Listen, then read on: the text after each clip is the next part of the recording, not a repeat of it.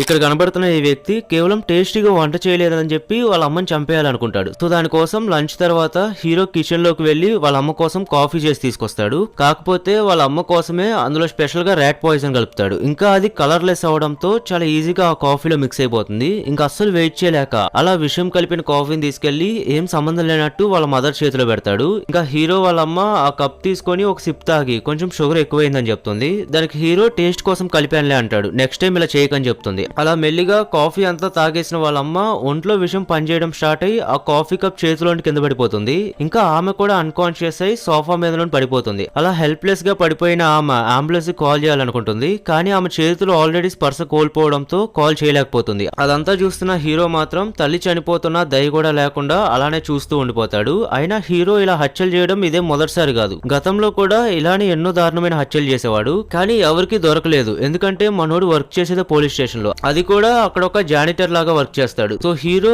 అలా అతను చేసే పని అడ్డం పెట్టుకొని పోలీస్ స్టేషన్ లో అన్ని రూములు తిరిగేస్తూ ఎప్పుడు పోలీసులు ఏం చేస్తున్నారు అనేది గమనిస్తూనే ఉంటాడు. అలా హీరో తెలివిగా ఒక కష్టజీవిలాగా నటిస్తూ 10 ఇయర్స్ గా పోలీసులకు దొరకకుండా హత్యలు చేస్తూ వాళ్ళ సీక్రెట్లన్నీ తెలుసుకుంటూ ఉంటాడు. అయితే ప్రతిరోజు హీరో ఎక్కడికి వెళ్ళినా అతనితో పాటు ఒక సూట్ కేసును క్యారీ చేస్తూ అందులో హత్య చేయడానికి కావాల్సిన టూల్స్ అన్ని నీట్ గా అరేంజ్ చేసి పెట్టుకుంటాడు. ఇంకా హీరో విక్టిమ్స్ విషయానికి వస్తే అతని కంటికి రెండోసారి కనిపించిన అమ్మాయిల్ని చంపేస్తూ ఉంటాడు. ఫర్ ఎగ్జాంపుల్ ఇప్పుడు హీరో ఎదురుగా ఉన్న అమ్మాయి సింపుల్ గా అతని గ్రోసరీ స్టోర్ లో సెకండ్ టైం కలిసిందని చెప్పి ఇంకా తను అతన్ని సెడ్యూస్ చేసినట్టు ఫీల్ అయిపోయి ఇలా రూమ్ కి తీసుకొచ్చి మర్డర్ ప్లాన్ చేస్తాడు. అయితే మనోడు మర్డర్ చేసిన ప్రతిసారి గుర్తుగా సగం తినేసిన యాపిల్ ని అక్కడ పెట్టేసి వెళ్తాడు.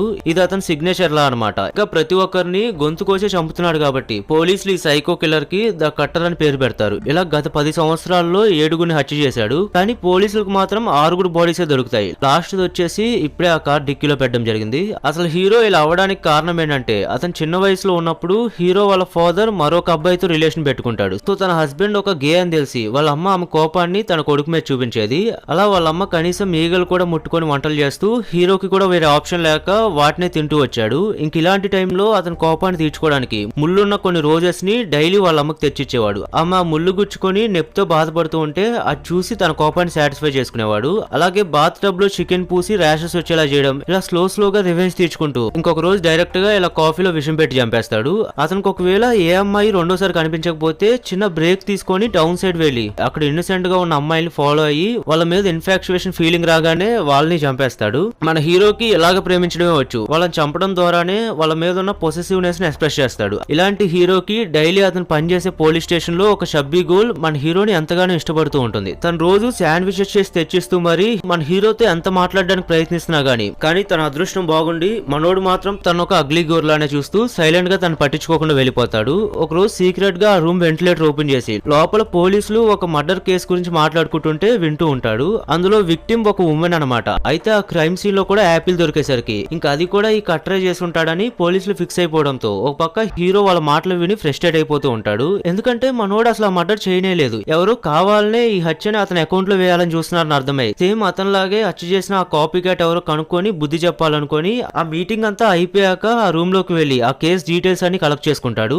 ఇంటికి వెళ్లి వాటిని డీటెయిల్ గా చెక్ చేసి క్లూస్ కోసం నెక్స్ట్ డే ఆ విక్టిమ్ ఇంటికి వెళ్తాడు. కానీ హీరో వెళ్లేసరికి అక్కడికి ఆల్రెడీ పోలీసులు వచ్చి ఉంటారు. సో ఇంకా చేసేదేం లేక వెనక్కి వెళ్ళిపోతాడు. అచ్చం నాలాగే హత్యలు చేస్తున్న ఆ కాపీ క్యాట్ ఎవరై ఉంటారా అని జుట్టు పీక్కుంటున్న సమయంలో ఇంకా అదే టైంలో హీరో తన ఫిషెస్ కి ఫుడ్ అయిపోవడం గమనించి కొనుక్కు రావడానికి ఒక సూపర్ మార్కెట్ కి వెళ్తాడు. అక్కడ హీరో ఒక అందమైన అమ్మాయిని చూసి తనకి అట్రాక్ట్ అవుతాడు. అదే టైంలో ఆ అమ్మాయి హీరో దగ్గరకు వచ్చి నాకు ఫిష్ ఫుడ్ లో ఏ బ్రాండ్ బాగుండిద్దో సజెస్ట్ చేస్తారా అని అడుగుతుంది. అలా తనే వచ్చి మాట్లాడేసరికి మనోడు చాలా హ్యాపీ ఫీల్ అవుతాడు. ఇంకా వాళ్ళ షాపింగ్ అయిపోయాక ఇద్దరు కలిసి ఒకే బస్ లో వెళ్తూ ఉండగా తీరా ఆ అమ్మాయి స్టాప్ వచ్చేసరికి నాకు చీకటి అంటే చాలా భయం, సో కొంచెం మా ఇంటి దాకా తోడొస్తారా అని అడుగుతుంది. అప్పుడు హీరో కూడా ఇంక తన ఇస్తున్న హింట్ ని అర్థం చేసుకుని వెంటనే ఒప్పేసుకుంటాడు. అలా హీరో ఆ బ్యూటిఫుల్ గోల్ తో కలిసి నడుచుకుంటూ వెళ్తూ ఉన్నప్పుడు ఆ అమ్మాయి ఇతని దగ్గర ఉన్న గన్ చూసేయడంతో భయపడుకునే పోలీస్ ఆఫీసర్ నుంచి బిల్డప్ కొడతాడు.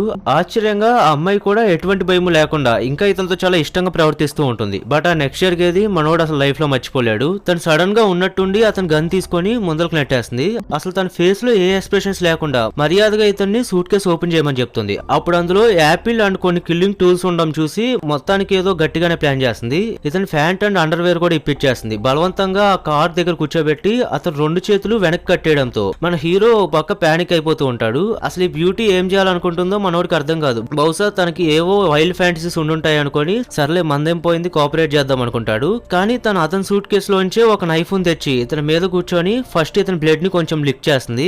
ఇంకా అప్పుడు ఆ మూమెంట్ లో తను ఇతనిలాగే సీరియల్ కిల్లర్ అయి ఉండొచ్చేమో అని భయపడిపోతూ ఉంటే అప్పుడు తను నిజం చెప్పు, నువ్వే కట్టర్వి కదా అని అడుగుతుంది. ముందు మనోడు ఒప్పుకోడు, కానీ తను అలాగే టార్చర్ చేస్తూ కింద బ్రదర్ కూడా రిస్క్ లో ఉండేసరికి ఒప్పుకోక తప్పదు. ఫైనల్ గా అతని ఐడెంటిటీని రివీల్ చేస్తాడు. ఆ నెక్స్ట్ సెకండే అతని నోటికి టేప్ వేసి ఒక కటింగ్ ప్లేయర్ ని తీసుకొని అతను 2 బాల్స్ ని స్క్వీజ్ చేస్తూ చివరికి ఒక బాల్ ని పూర్తిగా బ్రేక్ చేస్తుంది. అప్పుడు ఆ నొప్పికి ఎంత అరుద్దాం అనుకున్నా గానీ బట్ ఆ సౌండ్ హీరో గొంతులోనే ఆగిపోతుంది. నెక్స్ట్ డే ఒక దొంగ వచ్చి చేతుకున్న వాచ్ ని లాక్కెళ్లిపోవడంతో మన హీరోకి మెలకు వస్తుంది. లేచి నుంచోడానికి కూడా ఓపిక లేక తన వెనక్కున్న కార్ ని పట్టుకొని మెల్లిగా లేచి నుంచుంటాడు. అతని బాల్స్ లో ఒకటి మిస్ అయిపోయి ఉండడం గమనించి ముందు చాలా భయపడిపోతాడు. కానీ యాజ్ ఎ కిల్లర్ గా మనోడు మైండ్ సెట్ చాలా స్ట్రాంగ్ గా ఉండి సర్లే కనీసం ఒక్కటైనా మిగిలింది కదా అని హ్యాపీ ఫీల్ అయ్యి ఎలాగోలా లేచి నుంచొని నడవడానికి ట్రై చేస్తాడు. కానీ అస్సలు ఆ నొప్పితో ముందరకు కదలలేక ఇప్పుడు అతనికి ఎవరో ఒకళ్ళ హెల్ప్ అయితే అవసరం. అందుకని అతనితో వర్క్ చేసి ఆ షబ్బీ గోల్ కాల్ చేసి అతనికి హెల్ప్ చేయమని అడుగుతాడు. అలా కాల్ చేసి అన్కాన్షియస్ అయిపోతాడు. మళ్ళీ హీరో కళ్ళు తెరిచి చూసేసరికి అతని ఇంట్లోనే ఉంటాడు. పైగా హీరోకి అతనుకున్న 2 బాల్స్ లో ఒకటి బ్రేక్ అయిపోయి ఉండడంతో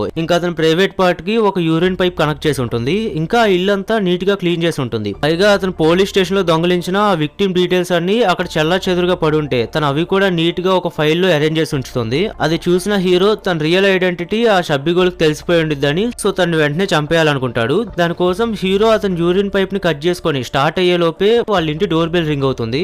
అది విన్న హీరో ఆ షబ్బిగోల్ పోలీసులకి గురించి చెప్పేసిందేమో, సో పోలీసులు అరెస్ట్ చేయడానికి వచ్చారేమో అని భయపడి విండోలోంచి దూకేసి పారిపోదాం అనుకుంటాడు. కానీ మళ్ళీ విండోలోంచి దూకేస్తే తనకున్న ఆ ఒక్క బాల్ కూడా ఏమైపోతుందో అని ఆలోచించి మెల్లిగా వెళ్ళి ఆ డోర్ ఓపెన్ చేసి చూస్తే కానీ ఆ డోర్ వెనక ఎవరు ఉండరు. బట్ అక్కడ ఒక బాక్స్ ఉండి ఆ బాక్స్ తీసుకుని లోపలికి వచ్చి చూస్తే దాంట్లో అతని ఫోన్ ఆను ఇంకా కొన్ని కిల్లింగ్ టూల్స్ ఉంటాయి. చూడంగానే ఇంక సైకోగోలే పంపించుండిద్దని అర్థమైపోతుంది. సో ఇంకా టూల్స్ తన రూమ్ లో పెట్టేసి హీరో ఒక షార్ప్ నైఫ్ తీసుకొని ఆ షబ్బిగోల్ తన ఐడెంటిటీ రివీల్ చేసిందో లేదో తెలుసుకోవడానికి వెళ్తాడు.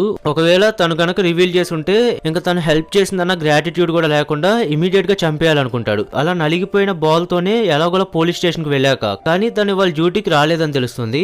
అక్కడంతా చూస్తుంటే తను ఏమీ రివీల్ చేసినట్టు అనిపించదు. అయినా గానీ తన ఇంటికి వెళ్ళాక అప్పుడు ఆ షబ్బిగోల్ వచ్చి డోర్ ఓపెన్ చేసి హీరోని చూసి ఒక సెకండ్ షాక్ అవుతుంది. ఇంకా వెంటనే అతను లోపలికి ఇన్వైట్ చేస్తుంది. అలా తను చూడనప్పుడు అతను తెచ్చుకున్న నైఫ్ ని బయటకు తీస్తాడు. అప్పుడు ఆ షబ్బిగోల్ వెనక్కి తిరిగి అసలు ఎందుకు ఆ పోలీస్ స్టేషన్ లోని కేసు ఫైల్స్ మీ ఇంట్లో ఎందుకున్నాయని అడుగుతుంది. దానికి మన హీరో చాలా కామ్ గా సమాధానం చెప్తూ పోలీస్ ఆఫీసర్ అవ్వడం అతని డ్రీమ్ అని చెప్పి అందుకే సీక్రెట్ గా ఆ కేసుని నేను కూడా ఇన్వెస్టిగేట్ చేస్తున్నా అని చెప్తాడు. అప్పుడు అది విని తను ఇంప్రెస్ అవుతుంది. దాంతో ఇంకా తన రియల్ ఐడెంటిటీ తినకు కూడా తెలిసి ఉండదని అర్థమై ఇంకా తను ఏం చేయకుండానే హీరో అక్కడ నుండి వెనక్కి వచ్చేస్తాడు. బట్ తన ఇన్నోసెన్స్ కి అయితే లొంగిపోతాడు. అలా షబ్బిగోల్ ఇంటి నుండి బయటకు రాగానే హీరోకి అతను బాల్స్ కట్ చేసిన ఆ అందమైన అమ్మాయి కాల్ చేసి నీకు సరిగ్గా 3 రోజులు టైం ఇస్తున్నా, ఈలోగా నీలాగా హత్య చేసిన ఆ కాపీ క్యాట్ ఎవరో కనిపెట్టు, లేకపోతే నీ 2వ బాల్ ని కూడా కట్ చేస్తా అని చెప్తుంది. అది విని హీరో భయపడిపోతాడు. మనోడే పెద్ద కిల్లర్ అయినప్పటికీ బట్ ఇప్పుడు ఆ బ్యూటిఫుల్ గోల్ అంటే చాలు ఫ్యాంట్ లోనే పోసేసుకుంటాడు. సో హీరో మళ్ళీ హత్య జరిగిన ఆ ఇంటికి క్లూస్ కలెక్ట్ చేయడానికి వెళ్తాడు. తెలివిగా ఫింగర్ ప్రింట్స్ పడకుండా చేతికి గ్లౌస్ వేసుకొని క్లూస్ కోసం వెతకడం స్టార్ట్ చేస్తాడు. అప్పుడే అక్కడ ఉన్న ఫ్రిడ్జ్ లో బీర్ బాటిల్ తీసుకొని ఒక సిప్ తాగి ఆ బీర్ బాటిల్ ని అక్కడ టేబుల్ మీద పెడతాడు. అక్కడ అసలు హత్య జరగక ముందు ఎలా ఉండేదో ఆ సీన్ ని ఎగ్జాక్ట్ గా రీక్రియేట్ చేస్తాడు. సరిగ్గా అప్పుడే హీరోకి అక్కడ ఉన్న ఒక పెన్ ఇంకా ఎవిడెన్స్ లో ఉన్న పెన్ ఒకటి కాదని తెలుసుకుంటాడు. అంటే ఈ రూమ్ ని ఇన్వెస్టిగేట్ చేసిన టైంలో ఎవరో ఒక పోలీస్ ఆఫీసరే ఈ పెన్ ని మార్చగలరు కాబట్టి సో మర్డర్ చేసింది లేదా మర్డర్ చేసిన వ్యక్తికి హెల్ప్ చేసేది ఒక పోలీస్ ఆఫీసరే అని హీరోకి అర్థమవుతుంది. బహుశా ఆ పెన్ మీద ఫింగర్ ప్రింట్స్ ఉండొచ్చేమో, అందుకే దాన్ని మార్చేసి ఉంటారని అనుకుంటూ ఉండగా సరిగ్గా అదే టైం కి ఎవరో ఆ ఇంటికి వస్తారు. సో వెంటనే హీరో ఆ బాత్రూమ్ లోకి వెళ్దాం అనుకుంటాడు. అప్పుడు ఆ రూమ్ లోకి షెరీఫ్ అనే ఒక పోలీస్ ఆఫీసర్ వచ్చి అక్కడ టేబుల్ మీద ఉన్న బీర్ బాటిల్ చూసి ఇక్కడ ఎవరైనా ఉన్నారేమో అని డౌట్ వచ్చి ఆ బాత్రూమ్ వైపే వెళ్తూ ఉంటాడు. ఇటువైపు హీరో అటాక్ చేయడానికి రెడీగా ఉంటాడు. కానీ అదే టైం కి షెరీఫ్ కి అర్జెంట్ కాల్ రావడంతో అక్కడ నుండి వెళ్ళిపోతాడు. అలా వెళ్తున్న పోలీసుని చూసి హీరోకి ఒక ఐడియా వస్తుంది. అసలు ఆ మర్డర్ జరిగిన రోజు ఇన్వెస్టిగేషన్ కి ఏ పోలీస్ ఆఫీసర్స్ వచ్చారో అని వాళ్ళ లిస్ట్ కలెక్ట్ చేయడానికి ట్రై చేస్తాడు. ఆ షెరీఫ్ మీద ఉన్న కోపంతో ఆ కాఫీలో ఉమ్మేసి ఇచ్చి మొత్తానికి ఆ లిస్ట్ ఉన్న పేపర్ అయితే కనిపెట్టేస్తాడు. ఇంకా షెరీఫ్ బయటకు వెళ్ళగానే వెళ్లి దాన్ని ప్రింట్ చేయడానికి ట్రై చేస్తే ఆ పేపర్ మిషన్ లోనే ఇరుక్కుపోతుంది. సరిగ్గా అప్పుడే అటుగా వెళ్తున్న షబ్బిగోల్ హీరో కంగారుగా ఉండడం చూసి నీకేమైనా హెల్ప్ చేయాలా అని అడుగుతుంది. కానీ టెన్షన్ లో ఉన్న హీరో తన మీద సీరియస్ గా అరవడంతో ఇంకా షబ్బిగోల్ ఏడుస్తూ ఆ రూమ్ నుండి బయటకు వచ్చేస్తుంది. ఆ తర్వాత ఇంకో పోలీస్ ఆఫీసర్ వచ్చి ఏమైందని అడిగితే ఈసారి హీరో టెన్షన్ పడకుండా నవ్వుతూ ఏం కాలేదని చెప్తాడు. అలా లిస్ట్ ని ప్రింట్ తీసుకొని అతని ఇంటికి వెళ్లి ఆ లిస్ట్ లో ఉన్న ఒక్కో పేరుని చెక్ చేస్తాడు. అతని బుర్ర షెర్లాక్ హోమ్ కన్నా షార్ప్ గా పనిచేస్తుంది. ఆ లిస్ట్ లో ఉన్న వాళ్ళలో ఎవరు హత్య చేయడానికి ఛాన్స్ ఉందా అని చెప్పి ఫిల్టర్ చేయడం మొదలు పెడతాడు. అందులో ఒకరు పేషెంట్, ఇంకొకరికి ఆ మర్డర్ జరిగే ముందు హ్యాండ్ కి ఇంజురీ అయింది, ఇంకోటేమో కరెక్ట్ గా ఒక ఫ్లోర్ మెట్లు ఎక్కితేనే ఆల్స్టో వచ్చి కింద పడిపోతాడు. సో ఖచ్చితంగా వాడు కూడా అయ్యిండు. అలా వాళ్ళని షార్ట్ లిస్ట్ చేసి చివరికి ఒక ముగ్గురిని సస్పెక్ట్స్ గా ఫైనల్ చేస్తాడు. ఆ ముగ్గురు సస్పెక్ట్స్ షెరీఫ్, డేవిడ్ ఇంకా మైకిల్. వీళ్ళలో ఫస్ట్ షెరీఫ్ గారు టూ ఇంటెలిజెంట్ అవడంతో అతని పక్కన పెట్టి ముందు డేవిడ్ ఇంటికి వెళ్తాడు. అలా డేవిడ్ ఇంటికి వెళ్ళినాక హీరోకి తెలిసేది ఏంటంటే ఈ డేవిడ్ ఒక గే. అది చూసి హీరోకి తన ఫాదర్ గుర్తొచ్చి మళ్ళీ అతని చైల్డ్హుడ్ ఇన్సిడెంట్స్ గుర్తొచ్చి బాధపడి అక్కడ నుండి వెళ్ళిపోతాడు. అయితే డేవిడ్ మాత్రం సస్పెక్ట్ కాదని కన్ఫర్మ్ చేస్తాడు. ఎందుకంటే విక్టిమ్ ఒక ఫీమేల్, ఇంకా తన ఇంట్లో ఒక్క వాల్యుబుల్ ఐటమ్ కూడా దొంగిలించబడలేదు. సో చూడడానికి ఇదేదో లవ్ అఫైర్ మర్డర్ లా అనిపిస్తుంది. అలా ఒక 3 రోజులు గడిచిపోయాక తన హీరోకి ఇచ్చిన టైం కంప్లీట్ అవడంతో ఇప్పుడు ఆ సైకో లేడీ మళ్ళీ వచ్చి ఇతను కలుస్తుంది. మన హీరో ఈ భూమి మీద ఎవరికైనా భయపడతాడా అంటే అది ఈఎంఐకే. ఇంకా ఆ కాపీ క్యాట్ ని కనిపెట్టడంలో ఎలాంటి ప్రోగ్రెస్ లేదని తెలిసి అతనికి గన్ చూపించి నీకు ఇంకో 24 hours టైం ఇస్తున్నా, ఈలోగా ఆ కాపీ క్యాట్ ఎవరో పట్టుకో, లేదంటే ఖచ్చితంగా నీ రెండో బాల్ ని కూడా కట్ చేస్తా అని చెప్పి వెళ్తుంది. ఇంకా మరుసటి రోజు ఆ సెకండ్ సస్పెక్ట్ అయిన మైకిల్ ని ఫాలో చేస్తూ అతని ఇంటి దగ్గరే సీక్రెట్ గా వెయిట్ చేస్తూ ఉంటాడు. ఎప్పుడో జాగింగ్ కి వెళ్ళిపోయి 1 hour అవుతున్నా గానీ ఇంకా తిరిగి రాలేదేంటా అని వెయిట్ చేస్తూ ఉంటే కానీ మైకిల్ మన హీరో వెనక నుండి వచ్చి మన హీరోని పట్టేసుకుంటాడు. పట్టుకొని నువ్వు ఎందుకు నన్ను స్టాకింగ్ చేస్తున్నావు అని అడుగుతాడు. జనరల్ గా పోలీస్ ఆఫీసర్స్ అంటే చాలా షార్ప్ గా ఉంటారు కాబట్టి ఈజీగా మన హీరో అతన్ని ఫాలో అవుతున్న విషయం కనిపెట్టేసి చెప్పరా నన్ను ఎందుకు సీక్రెట్ గా ఫాలో అవుతున్నావు అని అడుగుతూ ఉంటే దానికి మన హీరో బుర్ర కూడా చాలా వేగంగా ఆలోచించి వెంటనే అతను ఒక గే లాగా యాక్ట్ చేయడం మొదలు పెడతాడు. నేను పోలీస్ స్టేషన్ లో చాలా లోన్లీగా ఫీల్ అవుతున్నాను, నువ్వు ఒక్కడివే నాతో ఫ్రెండ్లీగా మాట్లాడతావు, అందుకే నిన్ను ఫాలో అయ్యి నీతో ఫ్రెండ్షిప్ చేద్దాం అనుకున్నట్టు చెప్తాడు. అది విన్న మైకిల్ కి కాస్త సాఫ్ట్ కార్నర్ కలిగే లోపే మళ్ళీ ఒకవేళ హోమోసెక్సువల్ ఏమో అని డౌట్ వచ్చి హీరో ప్రైవేట్ పార్ట్ మీద గట్టిగా ఒక కిక్ ఇచ్చి వెళ్ళిపోతాడు. వెళ్లే ముందు ఐఎమ్ నాట్ గే అని చెప్పి వెళ్తాడు. Already hero private part damage అయ్యి మళ్ళీ వీడు అదే ప్లేస్ లో కొట్టడం వల్ల చాలా సేపు ఆ పెయిన్ లోనే ఉండిపోతాడు. ఇంకా వీడు ఆ కాపీ క్యాట్ అయినా అవ్వకపోయినా వీడి మీద మాత్రం ఎలాగైనా రివెంజ్ తీర్చుకోవాలనుకొని మన హీరో ఒక ప్లాన్ వేసి ఆ ప్లాన్ ఎగ్జిక్యూట్ చేయడానికి మైకిల్ ఉండే హోటల్ కి వెళ్తాడు. అక్కడ మైకిల్ ఫింగర్ ప్రింట్స్ ఉన్న ఒక నైఫ్ ను కలెక్ట్ చేసి తర్వాత వాళ్ళ స్టేషన్ లో పనిచేసే ఒక సుపీరియర్ ఆఫీసర్ ఇంటికి వెళ్లి ఆ నైఫ్ తో ఆఫీసర్ భార్యను చంపేస్తాడు. సో ఇప్పుడు ఆ నైఫ్ మీద ఎలాగో మైకిల్ ఫింగర్ ప్రింట్స్ ఉంటాయి కాబట్టి ఇంక ఈ దెబ్బతో వాడి పని అయిపోయిందిలే అనుకుంటాడు. నెక్స్ట్ డే హీరో ఏం సంబంధం లేనట్టు తన వర్క్ చేయడానికి స్టేషన్ కి వెళ్తాడు.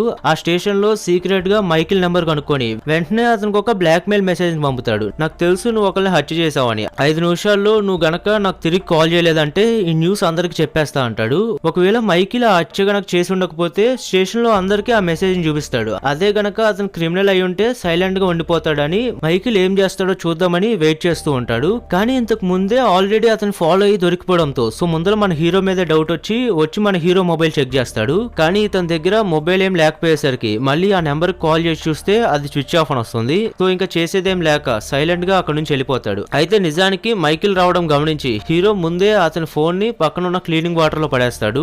నెక్స్ట్ డే ఆ విక్టిమ్ ఇంటికి వెళ్లి మైకిల్ ని $1 million అక్కడికి తీసుకురామని, లేకపోతే నువ్వు చేసిన మర్డర్ గురించి అందరికి చెప్పేస్తా అని బ్లాక్ మెయిల్ మెసేజ్ పంపిస్తాడు. సో మైకిల్ కి ఇంక వేరే దారి లేక హీరో చెప్పినంత క్యాష్ తీసుకొని ఆ విక్టిమ్ ఇంటికి అయితే వెళ్తాడు. తీరా లోపలికి వెళ్ళాక హీరో వెనక నుండి అటాక్ చేయబోతూ ఉంటే కానీ మైకిల్ అలర్ట్ అయ్యి అతనే హీరోని డౌన్ చేస్తాడు. అలా ఇద్దరు కింద పడి కాసేపు ఫైట్ చేసుకున్న తర్వాత ఫైనల్ గా హీరోనే ఎలాగోలా ఆ ఫైట్ లో విన్ అయ్యి మైకిల్ ని ఒక చైర్ లో కట్టేసి ఉంచుతాడు. అప్పుడు మైకిల్ తెచ్చిన బ్యాగ్ ఓపెన్ చేసి చూస్తే అప్పుడు అందులో క్యాష్ కి బదులుగా కిల్లింగ్ టూల్స్ ఉంటాయి. అది చూసి హీరోకి చిరాకు వస్తుంది. ఇంకా తర్వాత షెరీఫ్ కి కాల్ చేసి మీరు వెతుకుతున్న కట్టర్ ని పట్టుకోవడానికి నా దగ్గర ఒక ఎవిడెన్స్ ఉందని చెప్పి అలా మైకిల్ ఫింగర్ ప్రింట్స్ ఉన్న ఆ నైఫ్ ఎక్కడుందో చెప్తాడు. సో పోలీసులు ఆ ప్లేస్ కి వెళ్లి ఆ నైఫ్ ను కలెక్ట్ చేశాక దాని మీద ఉన్న ఫింగర్ ప్రింట్స్ మైకిల్ వే అని కనిపెడతారు. సో వెళ్లి అతను లాకర్ ఓపెన్ చేసి చూస్తే అందులో ఒక పార్కింగ్ టికెట్ దొరుకుతుంది. షెరీఫ్ అండ్ అతని టీమ్ తో ఆ పార్కింగ్ ఏరియాకి వెళ్లి చూస్తే ఆ కార్ డిక్కీలో హీరో ఇదివరకు మర్డర్ చేసిన ఆఫీసర్ వైఫ్ డెడ్ బాడీ దొరుకుతుంది. తన్ని ఈ కత్తితోనే హత్య చేశారని రుజువు అవడంతో అండ్ దాని మీద ఉన్న ఫింగర్ ప్రింట్స్ కూడా మైకిల్ వే అవడంతో సో ఫైనల్ గా ఇన్నాళ్ళుగా మనం వెతుకుతున్న సీరియల్ కిల్లర్ మైకిల్ అని వాళ్ళకి కన్ఫర్మ్ అవుతుంది.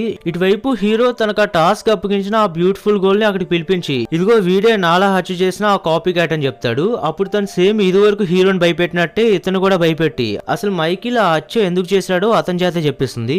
అప్పుడే మైకిల్ అతను చనిపోయిన అమ్మాయి చీటింగ్ పార్ట్నర్ అని, నేను ఒక రోజు పార్టీలో ఉన్నప్పుడు అదే పార్టీకి అమ్మాయి కూడా వచ్చింది, అప్పుడే తను తన భర్తతో హ్యాపీగా లేదని తెలుసుకొని సో తనతో మాట కలిపి ఆ రోజు పార్టీ అవగానే తాగిన మొత్తులో మేమిద్దరం సెక్స్ లో పాల్గొన్నామని చెప్తాడు. కానీ ఆ తెల్లారు లేచేసరికి తన భర్తకి ఈ విషయం ఎక్కడ తెలిసిపోద్దేమో అని భయపడి తనని చంపేయాలనుకుంది. అందుకే తనకన్నా ముందు నేనే తనని చంపేశానని చెప్తాడు. కానీ చంపడం అయితే చంపాను గానీ ఈ విషయం బయటకు తెలిస్తే ఎక్కడ నా కెరీర్ పోతుందేమో అని భయంతో సో సింపుల్ గా అక్కడ ఒక యాపిల్ పెట్టేసి ఈ హత్య కూడా కట్రే చేసినట్టుగా మిగతా వాళ్ళందరినీ మ్యానిపులేట్ చేశా అని చెప్తాడు. కానీ ఇదంతా విన్న తర్వాత అసలు ఆ బ్యూటిఫుల్ గోల్ కి ఈ కేసుతో సంబంధమే లేదు. మరి అలాంటప్పుడు తనెందుకు ఇందులో ఇన్వాల్వ్ అయిందనే డౌట్ అయితే వస్తుంది. దానికి ఆ బ్యూటిఫుల్ లేడీ యాక్చువల్ గా తన సిస్టర్ కూడా ఒక కరప్టెడ్ ఆఫీసర్ వల్లే చనిపోవాల్సి వచ్చిందని. సో ఇంకప్పటి నుంచి ఏ పోలీస్ ఆఫీసర్ తప్పు చేసినా సరే తనకు వాళ్ళ సిస్టర్ కి జరిగిన అన్యాయమే గుర్తొచ్చి తన కోపాన్ని వాళ్ళ మీదకి షిఫ్ట్ చేస్తుంది అని చంపేస్తుంది కూడా. ఇంకిప్పుడు మైకిల్ ను కూడా అలానే చంపేసి ఎవిడెన్స్ ఏం దొరకకుండా హౌస్ లో మంట పెట్టేసి మైకిల్ బాడీని తీసుకెళ్లి ఊరవతలు పాతి పెట్టేస్తారు.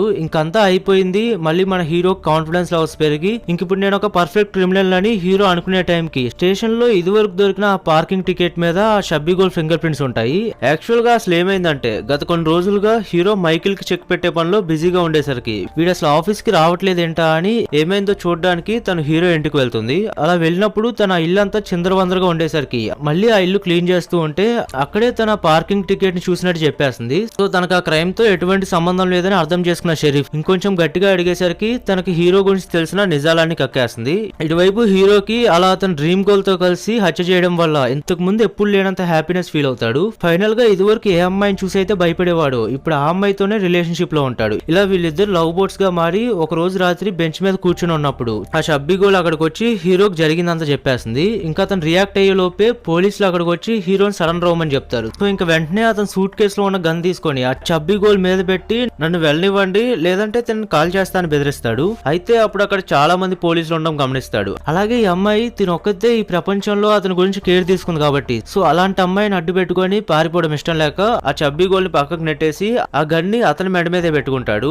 ఇంక ఇప్పుడు సరెండర్ అయిపోయినా గానీ అతని ఫ్యూచర్ ని వాళ్ళెవరో చేతిలో పెట్టడం ఇష్టం లేక కాల్ చేసుకొని చనిపోదాం అనుకుంటాడు. సరిగ్గా ఆ ట్రిగర్ నొక్కే టైం కి లక్కీగా షబ్బీ గోల్ అతను కాపాడుతుంది. తన గన్ పక్కకు నెట్టేయడంతో బుల్లెట్ ఫైర్ అయినా కేవలం అతని కంటికి మాత్రమే గాయమవుతుంది. సో హీరోని వెంటనే అంబులెన్స్ లోకి ఎక్కించుంచుతారు. అప్పుడు షరీఫ్ హీరో దగ్గరికి వెళ్లి ఇదంతా నువ్వు చేసి ఉంటావు అని అనుకోలేదని అంటాడు. అది విన్న హీరో షరీఫ్ కి మిడిల్ ఫింగర్ చూపించి రిప్లై ఇస్తాడు. అలా హీరోకి ట్రీట్మెంట్ ఇప్పించి అతను జైలుకి తీసుకెళ్తారు. చివరిగా ఈ సీన్ జరుగుతున్నంతసేపు సైలెంట్ గా ఉన్న ఆ బ్యూటిఫుల్ గర్ల్ హీరో అంబులెన్స్ లో వెళ్లిపోతూ ఉన్నప్పుడు తన ఐఎమ్ కమింగ్ ఫర్ యూ అని చెప్పడంతో ఇక్కడితో ఈ మూవీ ఎండ్ అవుతుంది.